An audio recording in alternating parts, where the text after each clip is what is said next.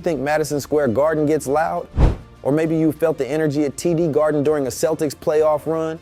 Well, get ready to have your mind blown because those NBA atmospheres don't even come close to what happens in European arenas.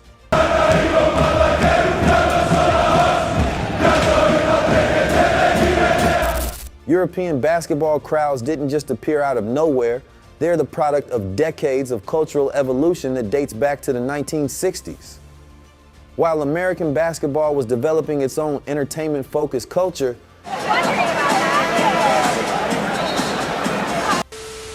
European clubs were being formed as multi-sport organizations with deep community connections and fierce local rivalries.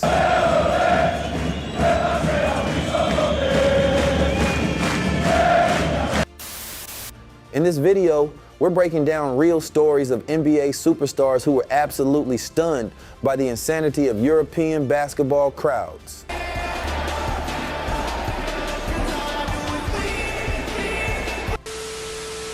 Kobe Bryant in Greece, Olympiacos versus Barcelona. The late, great Kobe Bryant wasn't just an NBA legend, he was a global basketball icon who truly appreciated international basketball culture.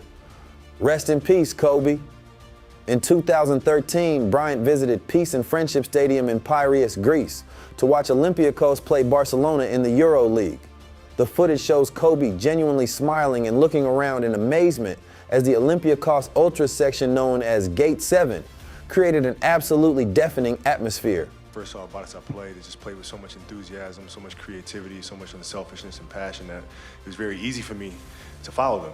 And you know, they inspired me and inspire the way I play, and I've been a fan for a long time now. In his post-game interview with Euroleague TV, Kobe said, "The passion is second to none. European fans bring an energy that's just different from what we experience in the NBA." He was particularly impressed by how the entire crowd stayed engaged for 40 minutes, not just during highlight plays. Bryant, who spent part of his childhood in Italy while his father played professionally there, added, "These fans have songs, coordinated chants. It's more like what you see in soccer, but it's for basketball. It's incredible." Team USA in Athens, 2004 Olympics.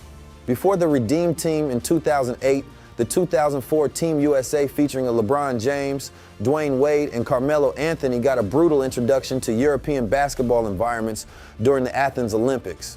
When Team USA faced host nation Greece at the Olympic Indoor Hall, the American superstars were visibly stunned by the coordinated noise. The arena looked like it was literally shaking. Seconds. Stay at home with Dirk Nowitzki. You don't let him screen and step back. It's Nowitzki launching a three.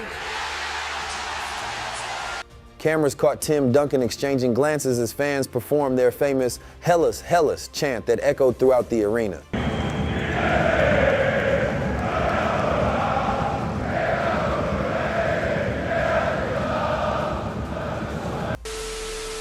LeBron James, just 19 at the time, later told ESPN, "It was unlike anything I'd experienced in basketball. The closest thing would be like a college football game, but this was different because it was so coordinated. Everyone knew exactly what to do, what to sing, when to jump. It wasn't just noise, it was organized chaos." This was the same Olympics where Team USA lost to Lithuania and Argentina, with many players later admitting the hostile environments took them out of their comfort zone. The Ultras culture.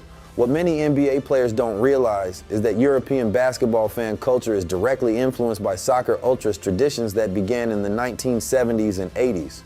Basketball clubs like Panathinaikos and Olympiacos in Greece, Red Star and Partizan in Serbia, and Real Madrid in Spain share supporters with their soccer counterparts. These multi-sport clubs created a natural crossover where the organized ultra groups who developed elaborate displays for soccer matches brought the same energy to basketball arenas. Serbian basketball writer Sasha Osmo explained in a 2019 FIBA documentary, "In countries like Serbia and Greece, the basketball arena became a more intimate, concentrated version of soccer atmosphere. The same passionate supporters who might stand among 50,000 in a soccer stadium now pack into a 10,000-seat arena, creating incredible density of sound and energy." By the late 1980s and early 1990s, this had evolved into a distinct European basketball culture that NBA players were completely unprepared for. Luka Doncic's two worlds. Luka Doncic isn't just an NBA superstar, he's a European basketball legend who won championships at 16 years old with Real Madrid before joining the Dallas Mavericks. After coming to the NBA, Luka has consistently pointed out the difference in fan culture. During a 2019 press conference, a reporter asked what he missed most about playing in Europe. Yeah, I remember it good. It was quarterfinals of Euroleague against Panathinaikos. In Panathinaikos, the crowd went crazy, and they started winning 20-0, so imagine that.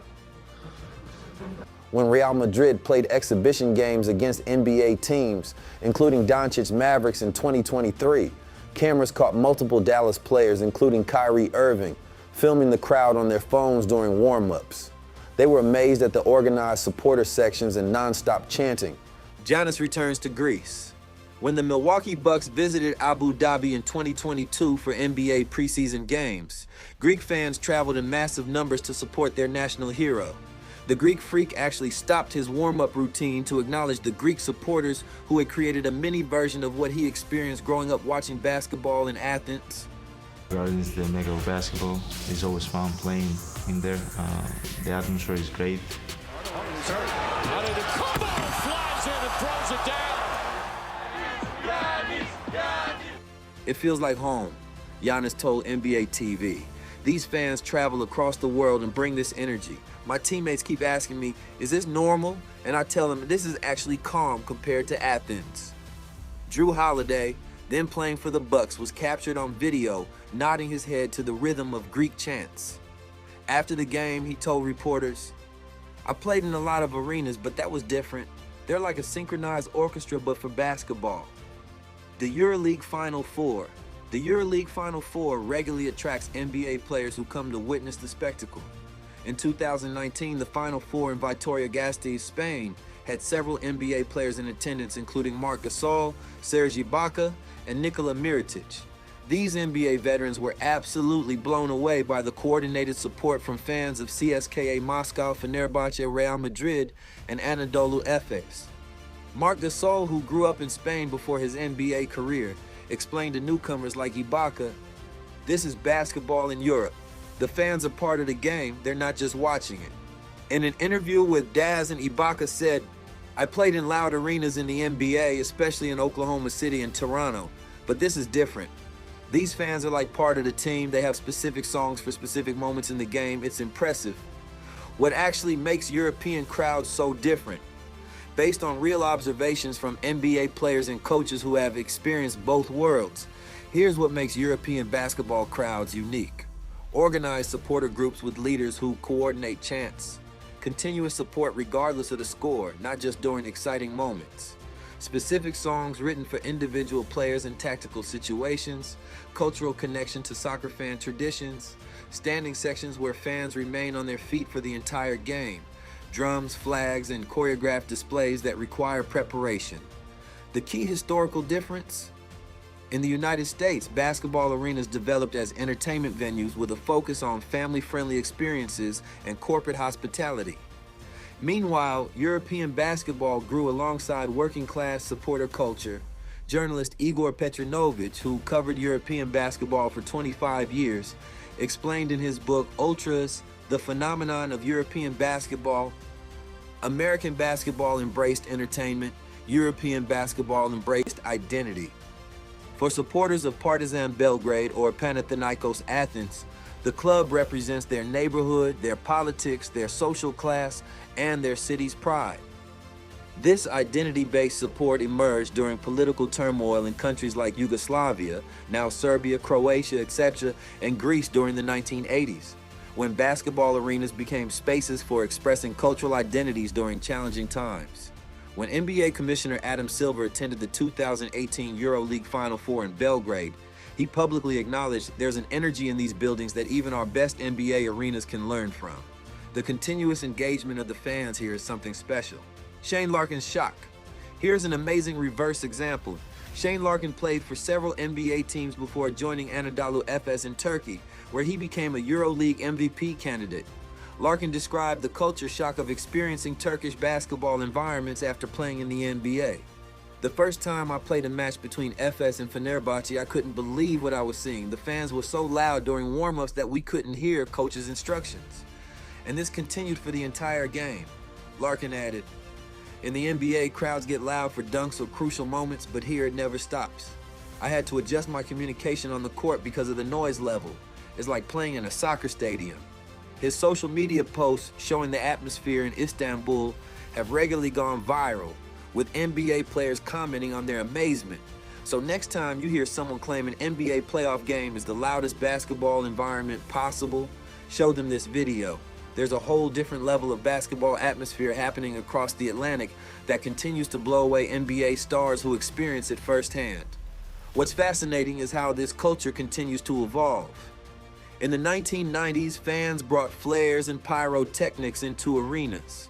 Today, with stricter safety regulations, they've adapted with massive choreographed tifo displays, synchronized light shows from thousands of phone flashlights, and even more complex chanting routines.